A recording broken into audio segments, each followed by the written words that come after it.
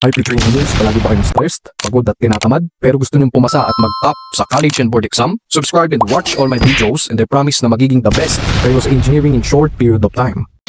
What is the mass in grams and the weight in dynes and grammopores of 12 ounce salt?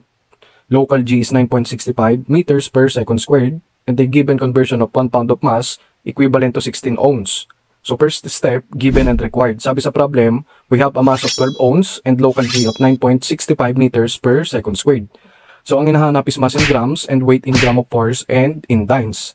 So napunta tayo sa solution. Una nating hanapin yung mass in grams. So mass yung hinahanap and meron na tayong given na mass pero in ounce yung unit. So basically yan na yung sagot kasi yung mass hindi naman nagbabago kahit magbago yung value ng G o yung gravitational acceleration. Or hindi rin magbabago si mass kahit saang place mo ilagay. Okay? So itong given mass na 12 ounce, i-convert lang natin into grams. So para maging grams, gagamitin natin yung binigay na conversion. So 12 ounce times 1 pound of mass over 16 ounce. So matatanggal na yung ounce. Then yung pound of mass, i-convert natin siya, okay? So i-convert natin into kilogram. So multiply tayo ng 1 kilogram over 2.205 pound of mass. So cancel si pound of mass, ang matitira, kilogram of mass. Para matanggal si kilogram of mass and ma-convert into grams, alam natin, 1 kilogram of mass is equivalent to 1,000 gram of mass. So matatanggal na si kilogram of mass. Ang matitira, grams, okay? Or gram of mass. So upon calculation, ang equivalent ng mass is 340.14 gram of mass. So store natin yung whole value na sa A, okay? So tandaan nyo, lagi tayo mag-store sa calculator para exact value yung sagot, okay? So next natin hahanapin is weight in gram of force. So, lagyan natin yung formula ng weight. So, weight is equivalent to mass times G. Yung mass natin, ito yon, 340.14 gram of mass. So, tandaan nyo nakastore yan sa A.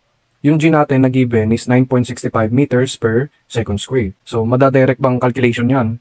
Hindi pa. Bakit? Kasi nga tingnan nyo, yung mass nasa CGS system. Well, yung G is naka-MKS.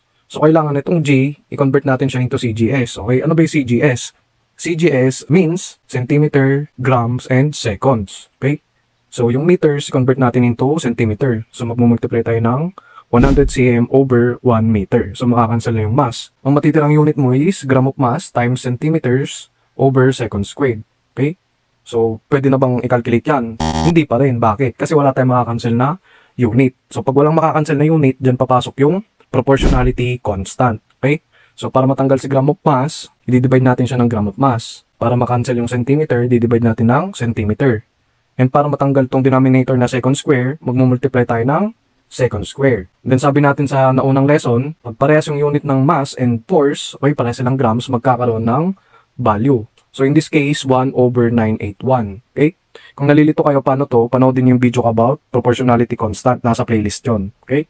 So, upon calculation, ang lalabas na weight is 334.59 gram of force. So, sa calculator, store natin siya ng B. So, ang hinahanap na, dynes. Okay? So, ang gagamitin natin, gram of force. Kasi nga yung dynes, force din yan weight. Yung nahanap natin gram of force din, or weight. Okay? So, alam natin that 1 gram of force is equivalent to 981 dynes. Okay? So, makakancel yung gram of force. So, matitirang weight is 328.235 dynes. So, yan na yung sagot.